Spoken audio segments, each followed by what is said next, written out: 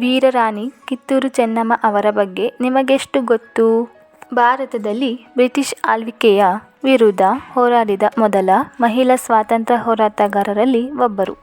ದೇಸಾಯಿ ಮನೆತನದ ರಾಜ ಮಲ್ಲಸರ್ಜನನ್ನು ಮದುವೆ ಆದರು ಮತ್ತು ಒಬ್ಬ ಮಗನನ್ನು ಹೊಂದಿದರು.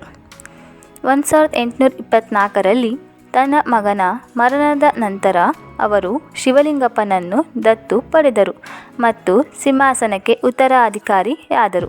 1824ರ ಅಕ್ಟೋಬರ್ನಲ್ಲಿ ಬ್ರಿಟಿಷರು ಮತ್ತು ಕಿತ್ತೂರಿನ ನಡುವಿನ ಮೊದಲ ಯುದ್ಧದಲ್ಲಿ ಬ್ರಿಟಿಷ್ ಪಡೆಗಳ ಭಾರೀ ನಷ್ಟವನ್ನು ಎದುರಿಸಿದವು. ಕಿತ್ತೂರು ಪಡೆಗಳಿಂದ ಈ ಮೊದಲ ಯುದ್ಧದಲ್ಲಿ ಬ್ರಿಟಿಷ್ ಕಲೆಕ್ಟರ್ ಮತ್ತು ರಾಜಕೀಯ ಏಜೆಂಟ್ ಸೇಠ್ ಜಾನ್ ಠಾಕ್ರೆ ಕೂಡ ಕೊಲ್ಲಲ್ಪಟ್ಟರು.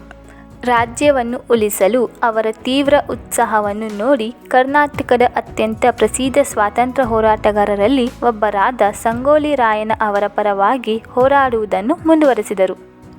ಚೆನ್ನಮ್ಮ ತನ್ನ ಕೊನೆ ಯುದ್ಧದಲ್ಲಿ ಸೋಲಿಸಲ್ಪಟ್ಟಳು, ಆದರೆ ಆಕೆ ಶೌರ್ಯಕ್ಕಾಗಿ ಮತ್ತು ಭಾರತದಲ್ಲಿ ಬ್ರಿಟಿಷ್ ಆಳ್ವಿಕೆಯ ವಿರುದ್ಧದ ಮೊದಲ ಸಹಸ್ರ ದಂಗೆಯನ್ನು ಮುನ್ನಡೆಸುವುದಕ್ಕಾಗಿ ಅವರು ಯಾವಾಗಲೂ ನೆನಪಿನಲ್ಲಿ ಉಳಿಯುತ್ತಾರೆ.